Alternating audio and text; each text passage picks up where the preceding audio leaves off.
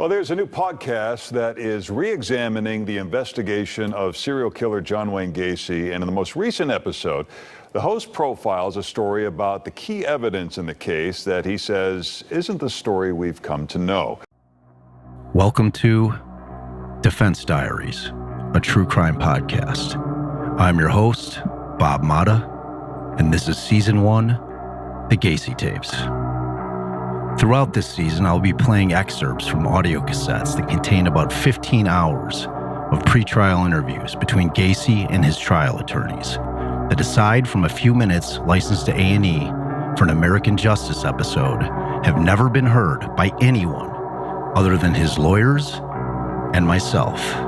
On my 21st birthday, my father gave me what I consider to be one of the strangest and most unique birthday gifts I've ever heard of anyone receiving, which was all of his taped interviews with his then client, infamous serial killer John Wayne Gacy.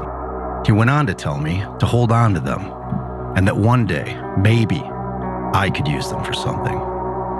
31 years later, the tapes still in the original box they were given to me in are now going to be used for something. You feel that their deaths were their fault? Yes. There's not one of them that didn't die that I'm aware of that didn't die through their own hands or through their own wrongdoing. Everybody came to my house willingly, understandingly, and knowingly what was going on. What were your initial impressions when you first met Gacy? I hated him. I thought he was an arrogant prick.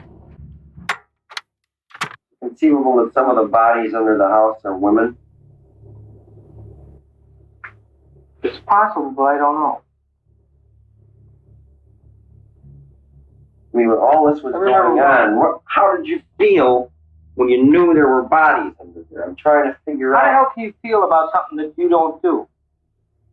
How can I have any feeling about it? Once they were into the ground, they weren't my problem. We started our interviews with my father, whom I love, respect, and adore. We then interviewed Detective Rafael Tovar. He's a very nice man, skilled interviewee, and he was a great cop. In a very short period of time, what we were looking for presented itself to us. The truth, well, it started to come out during this interview with Detective Mike Albrecht. Well, I don't know if it was never brought up that way. So I don't know if that's something I mentioned it to you was the first time. I think I said that it was the first time that I ever talked about it. And so who were we to argue with, state's attorneys and all that stuff? So I feel kind of bad about that end of it. There's a gap, and you're leaving that gap open. Who knows what's going to happen, how that's going to come out. So Mike's interview had left Darren's and my own head spinning. What we had just been disclosed had blown me away. Dave Hackmeister was next. Another great guy. Another guy I have a lot of respect for. That's a detail, I'm sorry, that I cannot remember. And I'm not 100% sure, but I think Schultz got it out of the garbage, but I didn't know that for a fact.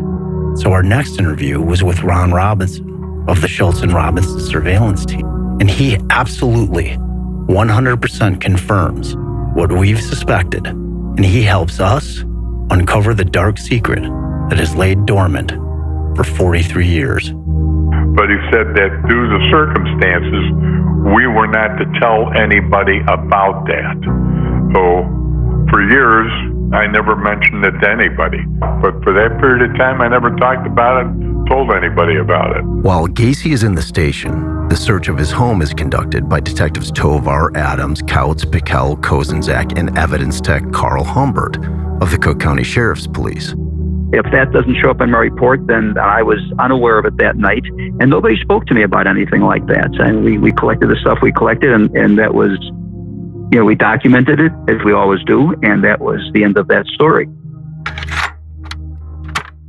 Do you recall bringing Gazik back to your place specifically? Yeah. I think I told you. I picked them up at Northwest Highway and Von Avenue. Sam said I could have killed 100 people. How do I know I didn't kill 100 people? How did I know I didn't do this while I was traveling? It's possible, but I don't recall it. Shit's about to get even weirder. So give Defense Diaries a listen on the iHeartRadio app, Apple Podcasts, or wherever you get your podcasts.